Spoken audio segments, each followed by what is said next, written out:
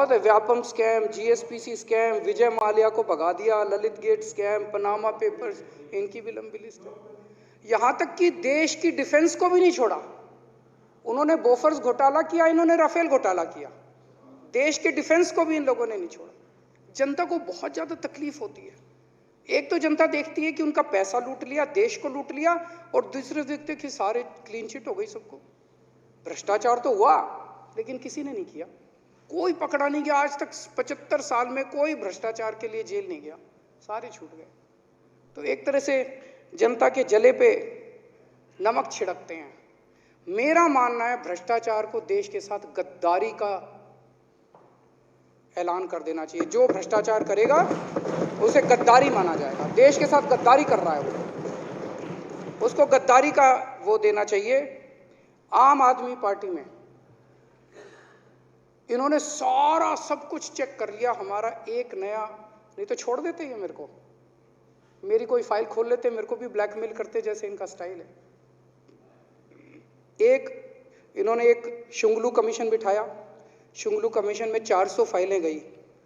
400 फाइलों, 3 बड़े बड़े आईएएस अफसर उन्होंने बैठ के हमारी 400 फाइलें देखी, उनको एक नए पैसे की चोरी नहीं मिली। फिर इन्होंने सीबीआई भेजी, मेरे घर पे सीबीआई की रेड कराई, मेरे दफ्तर में सीबीआई की रेड कराई, इनके घर पे रेड कराई, इनके घर पे रेड कराई, कुछ नहीं मिला। मेरे बेडरूम में घुस गए, उनको लगा शायद वो जो कच्ची पर्चियां होती हैं, कच्चा हिसाब होता है, वो बेडरूम में ही होता होगा, बेडरूम में भी कुछ नहीं मिला। हम कट्टर ईमानदार हैं अध्यक्ष महोदय, और अगर हमारा कोई किसी दिन पकड़ा गया तो सबको कह रखा है जितनी सजा दूसरों को मिलती है डबल सजा दिलवाऊंगा, किसी को छोड़ूंगा नहीं, किसी को बख्शूंगा नहीं।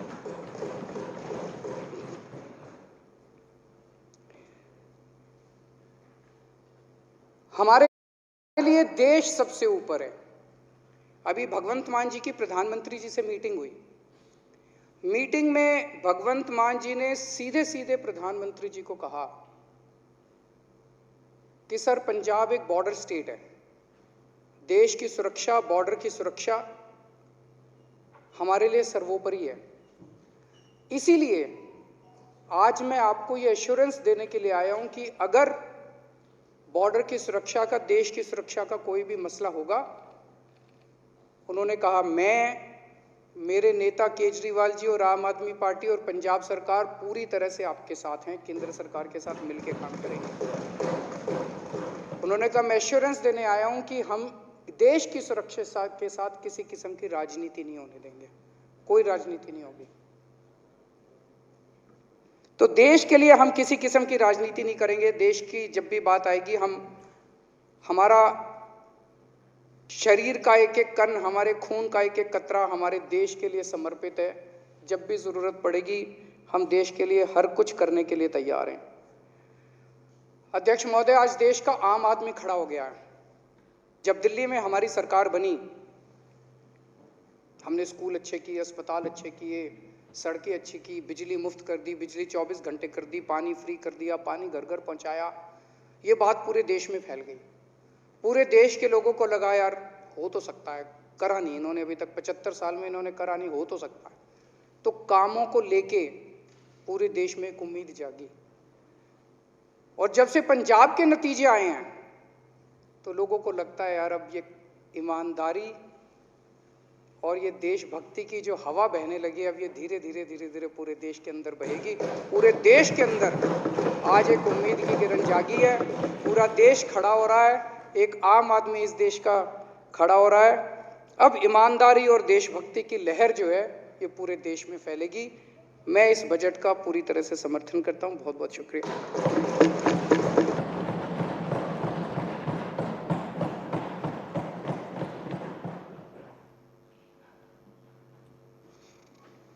अनुदानों की मांगें 2022-2023 के लिए। अब सदन माननीय मुख्यमंत्री द्वारा दिनांक 26 मार्च 2022 को सदन में प्रस्तुत डिमांड्स फॉर ग्रांट्स और डिमांड वाइज विचार होगा।